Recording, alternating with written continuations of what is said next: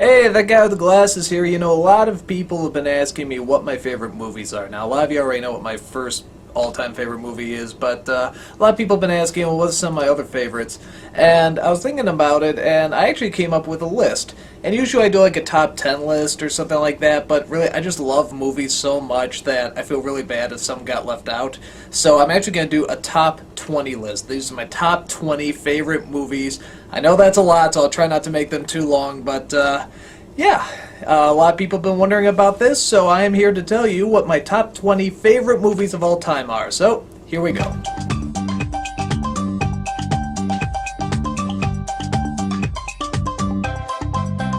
Number 20. Titus. If you've ever seen a Shakespeare play or even an opera nowadays, Titus probably doesn't look that different to you. The idea of putting characters in no specific timeline, but rather a series of timelines through costumes and settings is nothing really new. But Titus was the first one I know of to do it on the big screen, and it also took one of Shakespeare's least popular plays and breathed all new life into it, both visually and with his character development. It's not like Baz Luhrmann's Romeo and Juliet where the setting and language seem really out of place. The visuals complement the dialogue perfectly, and do nothing but enforce the emotion the characters are going through. I think its director Julie Taymor is one of the few directors who's really pushing the boundaries of the film medium, even if not all of her films are great. But she's made two really good ones, and Titus is by far my favorite. Surreal, intense, and all for the purpose of serving the master himself, Shakespeare. Number 19. Hamlet. Okay, I swear this is the last Shakespeare movie. Of course I love the play, who can't, but this version directed by Kenneth Branagh is my personal fave. I really enjoy the performances, but I especially love the atmosphere and setting. Unlike Titus though, this all takes place in one setting, sort of a Victorian-style era I think. But it matches the work really well. The way it's set up and put together is really clever, and I really love how sympathetic Branagh makes the villain Claudius. He actually seems more like a real person than a lot of the other versions I've seen. There's some celebrity cameos like Robin Williams and Billy Crystal that are a little distracting, but for the most part they do a good job. All except, oddly enough, Jack Lemmon. Isn't that weird? You'd think he'd be the best out of all of them. But oh well. For me, this is the most enjoyable film version of the play I've seen. Clever, well-developed, and of course, Shakespeare. What more could you need?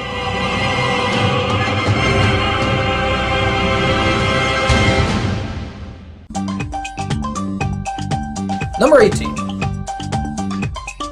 Patton. I always loved George C. Scott, and this is his role of a lifetime.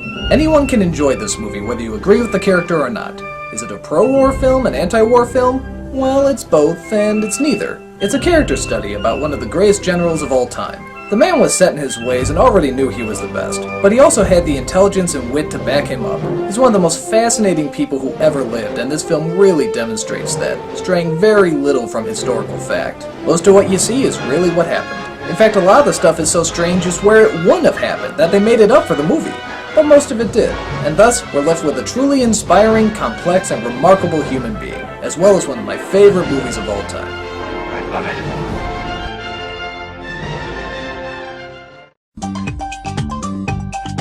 Number 17. Ed Wood. Anyone who wants to go into a creative medium, especially film, should definitely see this movie. The antics of one of the worst directors of all time is brought to us beautifully through Johnny Depp's performance and Tim Burton's direction. It's so hard not to like Edward D. Wood Jr. He's so passionate and driven, but at the same time he's wasting people's money and making such creatively horrible movies. Do you respect him or pity him? Well, much like Patton, it doesn't really tell you how to feel about him, it just shows you the man and lets you decide for yourself. True, there are large chunks of the story that are made up, and it does bother me that they have Bela Lugosi swearing so much, even though it was never reported that he did. But I gotta admit, it's just funny. And as long as real fans know that he did swear like a sailor, I guess I don't mind too much. And I can say as a person who makes videos that I always think of this movie. Why? Because no matter how good I think my work is, there's always the possibility that it's pure crap, and that I don't see it. I guess in that way it's a cautionary tale, but it's also about spending your life doing what you love and the effort you'll go through to achieve your dreams, even if the end result isn't exactly what you expect. What else can you say but Ed Wood rocks?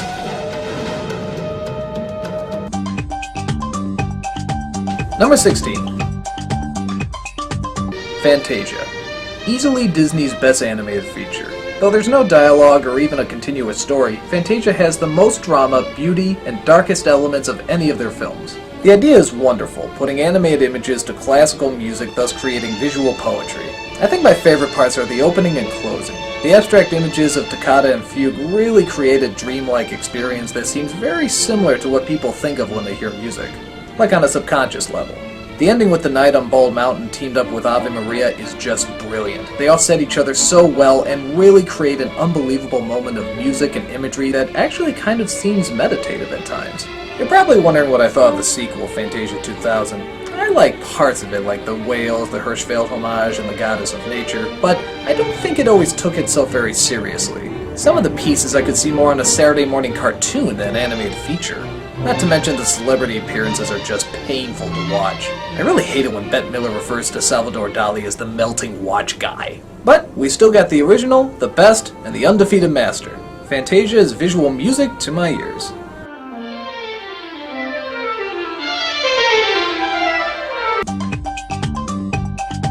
Number 15. The Secret of Nim.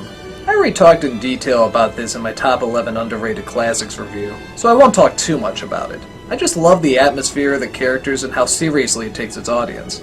I said before that I saw the movie as a three-way battle between science, nature, and the unknown, and I still believe that. And in the end, it seems like all three are needed to evolve and survive in a prosperous future.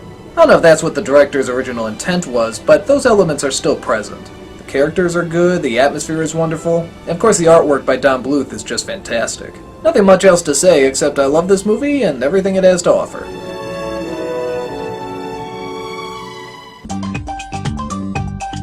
Number 14. Sideways. This is one of those films that's kind of hard for me to explain why I like it. It just feels like I went on a really wild road trip. Our two characters, Jack and Miles, are both really intelligent and really stupid in their own way. We identify with Jack's constant lust for life, but acknowledge he never thinks about the consequences, and often gets into trouble. But we also identify with Miles, who's more simple and cautious, but allows few things to happen to him, resulting in him slipping into a depressing stage. Do they learn anything by the end? I think Miles does, but Jack I'm not so sure. But to be fair, I think that adds to the realism of it. It makes them seem like more three-dimensional characters. A lot of people complain that there's a lot of negative dramatic moments in the movie. But it just makes the positive, funny moments seem all the more enjoyable. When funny scenes happen, they seem all the more funny because we are watching so much dramatic stuff. There's one scene where Miles has to get his wallet back, and because of the tone of the film, we don't know if it's going to be a funny moment or a serious moment. I won't spoil it for you, but needless to say, it's unforgettable. And that's the film in a nutshell, unforgettable. Not all of it is positive, but then again the most memorable experiences have both negative and positive elements, and this is an experience I won't soon be forgetting, no matter how much Pinot Noir I drink. Number 13. Spirited Away. This movie is so good I actually sort of hate it. I'm jealous of it. I'm jealous of its likable characters, I'm jealous of its creative story, I'm jealous of its unbelievable visuals.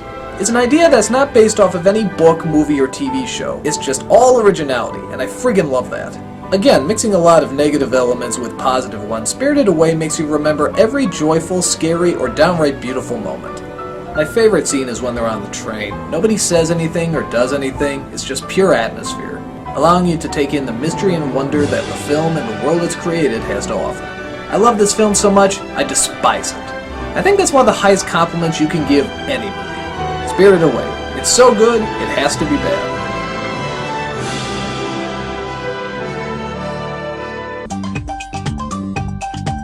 Number 12. A Clockwork Orange.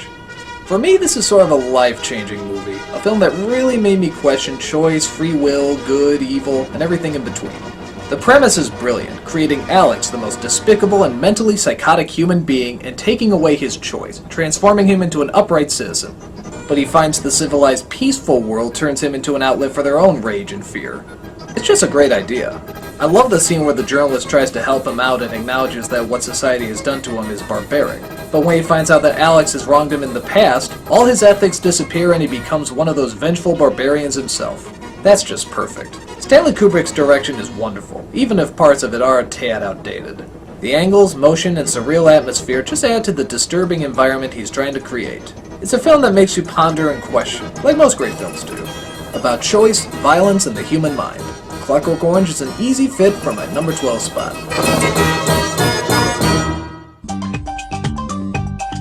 Number 11. Fearless. This is a sort of hypnotizing movie, almost like you're in a daze most of the time. A film that draws you in from beginning to end and makes you want to confront real, undiluted pain in the hopes of conquering it. Jeff Bridges plays a survivor of an airplane crash, and it leaves a strange effect on him, almost like he's halfway between alive and dead. He starts seeking more thrills in the hopes of being woken up from this morbid altered state, but nothing seems to work. At times he's unlikable, even horrible. But the movie's technique of pulling us into what he's going through at least tries to help us understand why. The ending is one of the few scenes in which I actually get a little teary-eyed at. The way they simulate an out-of-body experience really puts you in that world between life and death. And it's done so cleverly but with so little that it continues to take my breath away every time I see it. It's not always an upper, in fact it's rarely an upper, but certainly another one of those films that made me look at life a whole different way. And that's part 1 of my favorite films. Stay tuned for part 2, which will be coming up soon. Hey, welcome back to my top 20 favorite movies. Well, you must have already watched the other top 10, so let's get to the upper half. Here are my top 10 favorite movies.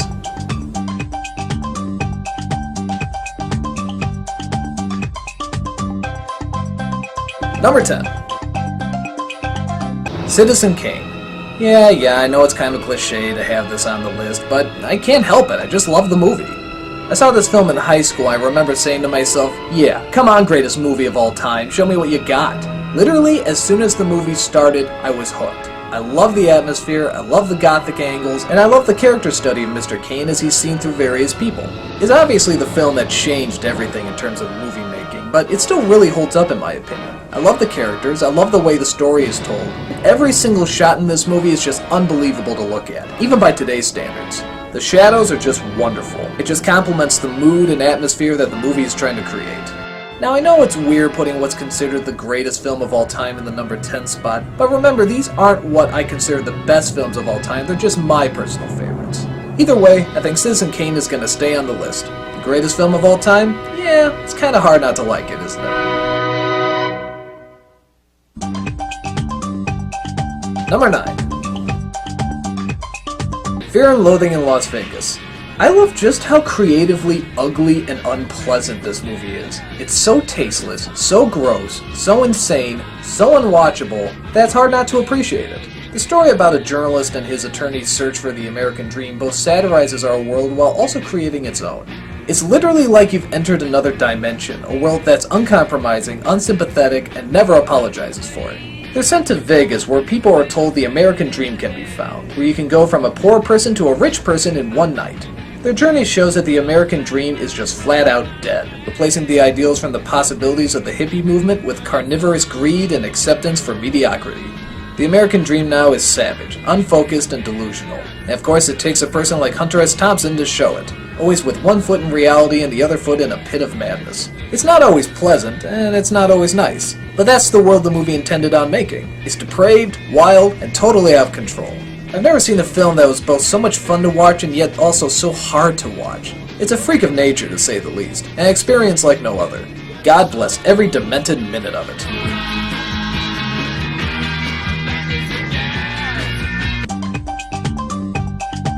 Number 8. The Dark Knight. I love how this film wanted to push the idea of a superhero to the next level, juggling ethics, choice, anarchy, and the responsibilities of people all in one movie. This is the film that made me consider the real possibility that comic book heroes are this century's Greek mythology. The fact that they could create an adaptation of Batman that's so faithful and yet so different from all the other versions was really fascinating. I love how far it wanted to push the envelope, and that marketing to kids played little to no part in it. It was a movie purely for adults, nobody else. And while I do have issues with it at times, I really do like what it did with the genre. And in many ways, I think it did raise the bar for other comic book movies. It seemed to reach across the room and speak to everybody. Even people who don't like comic book movies could find something they enjoyed in The Dark Knight. There's always something to talk about, something to discuss, something to raise an eyebrow and get people chatting. Plus, being a Chicagoan, I just love the way they shot our city. It just looks so friggin' cool. Like I even need to talk much more about it. It was an edgy, dark, action-packed drama that entertained the brain as well as the eyes.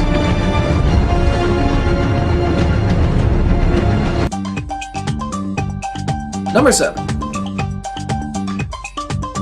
Good night and good luck. I didn't really know who Edward R. Murrow was before this movie, so I'm really glad I could be introduced to him this way. The question about how far do you take journalism is questioned quite often in this movie. Murrow goes beyond just reporting the news. He actually points out that what's being done in the McCarthy era is wrong, and challenges the government to prove otherwise. This starts a war of rhetoric, as both sides attack one another and what they think is right for the American people. I just adore the dialogue in this movie. I love how calculated, calm, and to the point it is when fighting such a controversial battle. It's all done in language, not with political stunts or planned distractions. It's just all words. I could hear the words that Murrow spoke to the American people over and over. They're so brilliantly chosen. It's a very poignant work about standing up for what you believe in and taking the responsibility to follow through with it. And again, very little is made up. The majority of what happened in the movie really did in fact happen. They even showed the footage that McCarthy released to the people calling Murrow the leader of the Jackal Pack. It's hard to believe they could really talk like that back then. It's a wonderful film that's rich in atmosphere, character, and of course, rhetoric. An easy pick for the number 7 spot. I've got the routine. Number 6. Lost in Translation. This is another one of those movies that just sort of seems like I've been on a nice trip. It's not really telling a story as much as taking you on an experience. The way Bill Murray and Scarlett Johansson work off each other is very believable and in-depth. He knows how to capture the loneliness of being stuck in a spot you didn't expect, and trying to figure out if you should do something about it or just come to grips with the pain. I'm a big Bill Murray fan, and I would actually like to see him do more dramatic work in the future. But until then, this is my favorite film of his. I love the surreal atmosphere of Japan, and how it seems to keep changing with the mood our characters are in. Sometimes it seems welcoming, and other times it seems alienating. It's very cleverly handled.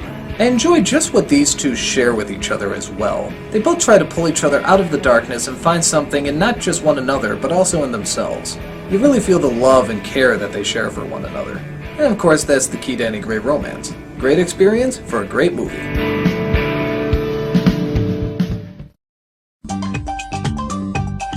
Number 5. Eyes Wide Shut. This is a movie I could probably do a whole commentary on. The issues of love, relationships, and commitment are really put to the test in this movie. The dreamlike state the film creates forces us to confront the questions of love not just on a conscious level, but also a subconscious level.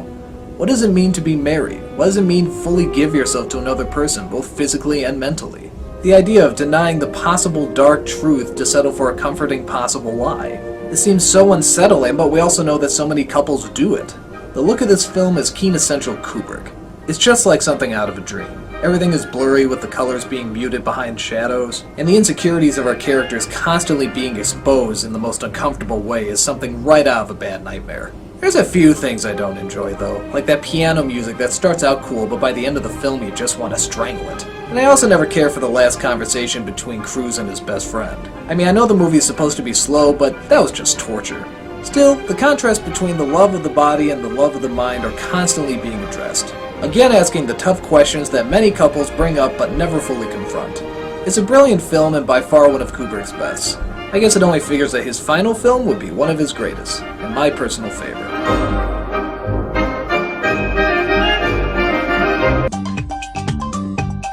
Number 4. Batman. I know it's strange putting a superhero movie over a cinematic master like Kubrick, but I really just adore this movie. This was one of the first comic book movies, if not the first comic book movie, to give itself such a dark tone. Every time I see it, it gets better and better. There's a sense that this is the real deal. This is the actual Batman. There may be variations in other stories, but this is the guy that the comics were written about. Some people still don't understand why I like this film more than The Dark Knight. And watching it again, I think there's two defining elements in it for me. One is Keaton, who is still by far the best Batman in my opinion. His control, his intimidation, the way he can swing back and forth between characters, this is the Batman I always looked up to and admired. And the other element I think can be found in this scene. There's no dialogue outside of one line, it's not important to the story, it could pretty much be cut from the film altogether, but it adds a whole nother level of atmosphere and appreciation.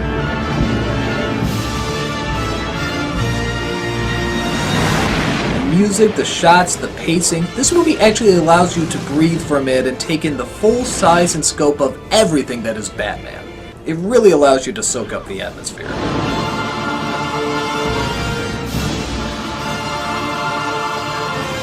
Now, I've already talked about this film to death before, so I won't go into too much more detail. All I can say is that it always felt like the real deal, and it still does. For me, you just can't beat the original.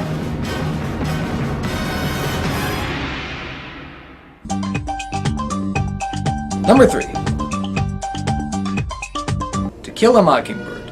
This is one of those perfect films. There's simply nothing wrong with it. Everything works. The story, the characters, the directing, but most of all, the acting. The performances from Gregory Peck and Mary Bedham are two of the greatest in cinematic history. Peck's closing argument always sends chills down my spine, it's so good. And Bedham's reaction to Boo Radley is just unbelievable. It's funny because I usually don't get into stories about prejudice and race unless it's really being analyzed. And while it doesn't really analyze why racism is around, we certainly see it from the point of view of a child, which is often a very important way to view things at times. I also really love Robert Duvall's performance. He doesn't even have a line, and yet he leaves this unbelievable impression. That's a freaking good actor. I'm sure you've heard everybody talk about it and analyze it to death, so I won't bore you with too much more of it. But it really is just pure cinematic gold. It's dramatic, funny, suspenseful, powerful, and like I said before, just all around perfect.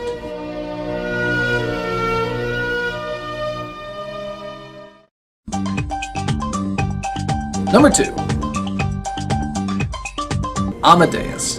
Another movie that's just perfect. Perfect writing, perfect pacing, perfect acting, perfect directing. It's actually much like one of Mozart's operas, oddly enough. If you were to add anything or take away anything, it would cease being perfect. In fact, they released a director's cut not too long ago, and wouldn't you know it, it simply wasn't as good.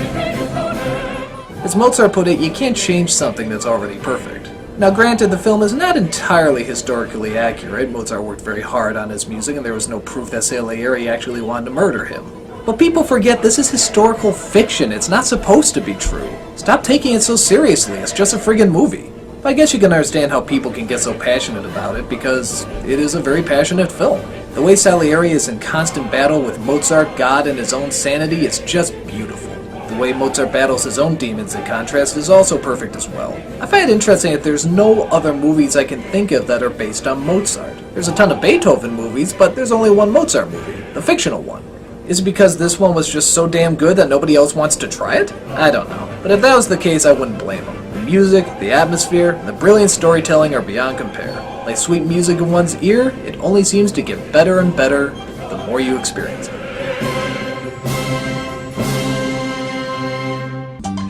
And my number 1 favorite movie of all time is Brazil. A lot of you already know this, but if you don't, Brazil is my all-time favorite movie. Why? Because it has everything that I love. Surreal images, dark comedy, over-the-top jokes, dramatic intensity, and that otherworldly atmosphere. One of my favorite books is George Orwell's 1984, and Brazil is something of a comedic version of that. It shows how bureaucracy is killing us, materials are more valuable than life, and mankind's constant quest to deny responsibility. The images at times are cartoony and strange, but can also get creepy and disturbing, much like the tone of the film. Its futuristic world we can see very much in our own world today, in how needlessly complicated we make things to supposedly make our lives easier.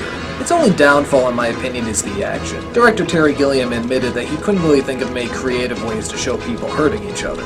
But aside from that, I truly love this film. I love how warped it is, I love how dark it is, I love how straight to the point it is, and of course I love how uncompromising it is. Every time I see it, I notice something new. Something in the background or even the foreground that I never caught before.